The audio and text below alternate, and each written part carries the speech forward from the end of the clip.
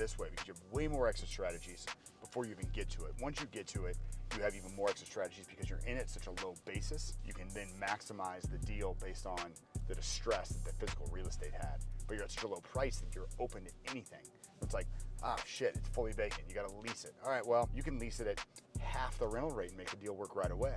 Or you can maximize it and improve the asset and further stretch the cash flow based on that. Odds are they were doing poor expense pass-throughs if there's tenants in place. So you maximize that. You find out which tenants are doing well and want to stay, and there's a very good chance they weren't getting the right collections. On this deal, the tenant had 55% of the space, and they despised the landlord. They weren't going to expand even though the business was doing well. Well, shit, guess what?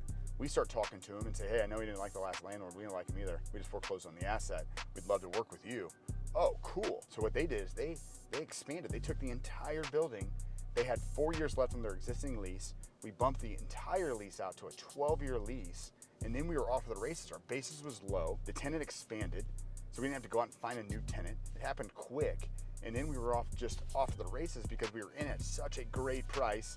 Existing tenant that expands to fully leased in 12-year lease term.